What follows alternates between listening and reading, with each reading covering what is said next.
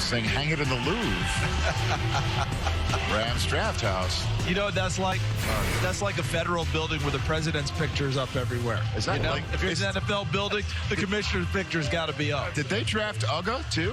What is that? Is that a bulldog? Well, you notice they kept it there, and it's not at the draft. Is that at the draft house? Is that a dog at the draft house? Two dogs. Looks like it. Two dogs. So guess what? They paid a little extra on the deposit. Yeah. It's a That's allowed. VRBO. That's allowed. We'll find out who number 2 on draft night was. What are you saying? Oh my gosh. We're getting loose. We got 3 picks to go. Here's the third to last pick. Rams, Ravens, Broncos. All picks are all in, so Don Aponte is going to be doing a lot of walking to and fro. All 3 picks are in, so the night is essentially over. We just need to know who the last 3 are.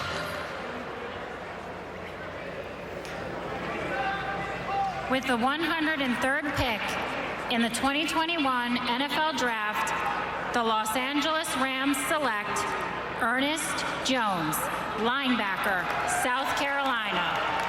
This is one of my guys. I think Ernest Jones is going to be outstanding, and they've been starved for some linebackers there for the Rams. He just hit you, DJ. No, he is physical, man. You talk about what he can do off the ball. You'll see him rush off the edge. He's got long arms.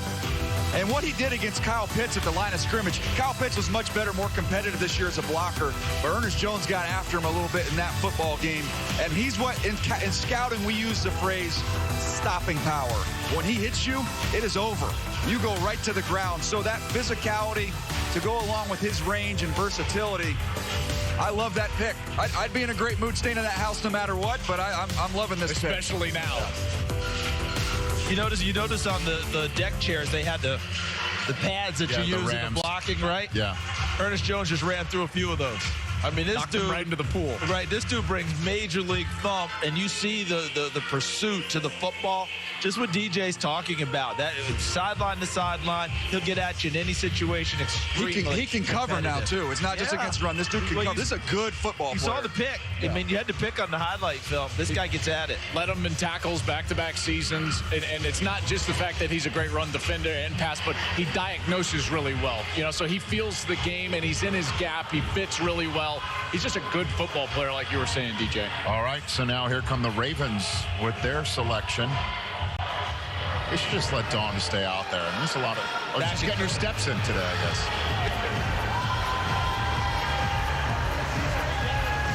Look out! Careful. The squirrel dance almost got the executive.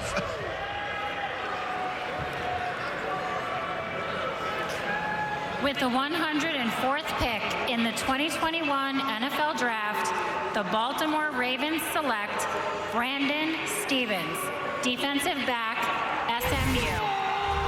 Yeah, and she said defensive back because I'm curious. He was a former running back at UCLA, transfers to SMU. He played corner, and he's a thick, muscled-up corner. You see him listed at 213 pounds. Here's what he was doing at UCLA. You see him in the backfield as running back. Not a bad running back at all. But he transfers. He played pretty well at corner once he got out there to SMU. You can see what type of athlete he is once he gets out in the open field. He can run away from you. I think he's actually going to end up making another move. I think he's going to end up being a safety. That, to me, is where he fits best.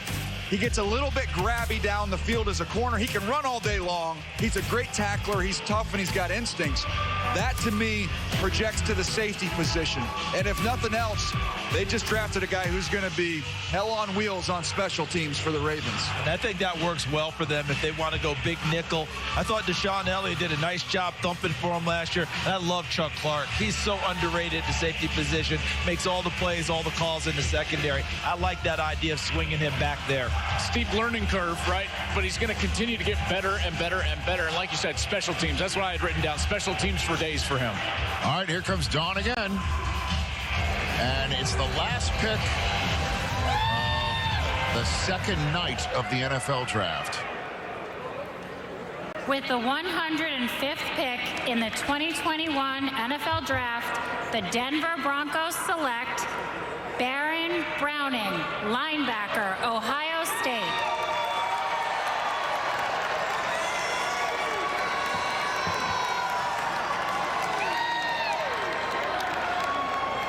That concludes night 2 of the 2021 NFL Draft. Thank you for being among the more than 90,000 fans who have made the draft here in Cleveland so memorable. We look forward to seeing you tomorrow at noon for rounds 4 through 7. Good night. Night 2 in Cleveland ends with somebody named Browning. Night 1 began with 7 straight offensive players taken for the first time ever. Night 2 ends with 7 straight defensive players being taken, and it's a local Ohio State kid.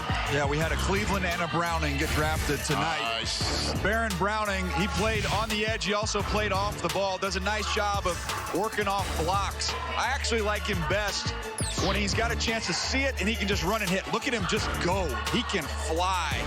This is a legit speed linebacker. He's got tremendous range. Watch him here working against Trevor Lawrence. Look at the pursuit and just sucks him up there on the edge as a blitzer. This was my favorite thing that he did. In fact, I thought some team might just line him up on the edge and cut him loose and see what he can do, Joel, because he's outstanding at that. Like as a Sam. So this is what they did with him. They would either cut him loose and let him go after the quarterback or back him up 1 extra yard at the second level so that he could diagnose and use that speed to go sideline to sideline. Well, Vic Fangio should probably figure it out, I'm sure. He'll figure it out. So that'll wrap it up for our second and third round night 2 coverage of the NFL Draft. NFL Total Access starts right now.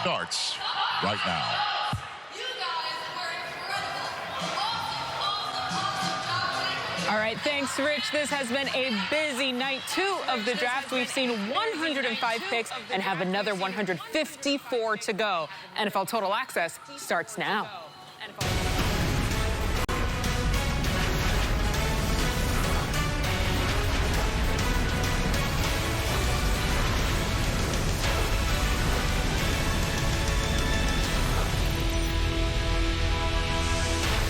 Welcome to NFL Total Access, presented by Jeep. I'm MJ Acosta-Ruiz. You get your diamonds on day 1. You get your depth on day 2. It's the second round, it's the third round, and it's the best team in the biz to break it all down for you. We have our resident general managers, Mark Ross and Thomas Dimitroff, here for you, and our resident ballers, Andrew Hawkins and Maurice Jones-Drew. But before we get started, let's take you back to the place where it went. Hey, Rich Eisen, take it away, my friend.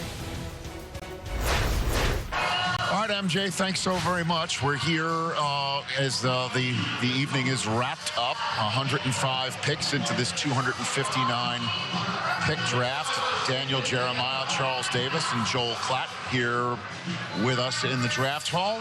Your impressions of night 2.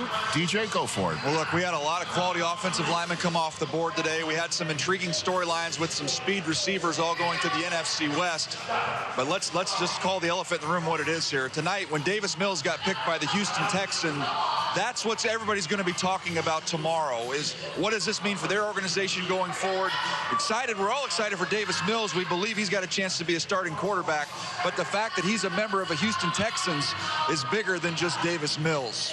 That is so true, and that really is going to be the signature of tonight that we're going to talk about, because it involves a big-name quarterback in our league, someone that we thought wouldn't be in Houston and might be somewhere else starting for someone.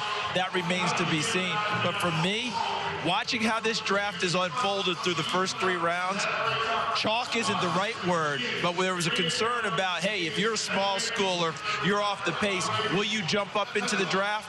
Not so far, because even the small school people got seen. They were at the Senior Bowl. People knew about them. They wouldn't evaluate them. North Dakota State, they're not small school anymore. So we're watching kids that people know get drafted in this one so far. Let's see what tomorrow brings, if some of those other kids will get a better look. I thought it was so interesting. I know you touched on it about that speed race. It's like they're going to have a track race out there in the NFC West. I can't wait for that, obviously, in particular with a lot of creative play callers out there, some good quarterbacks.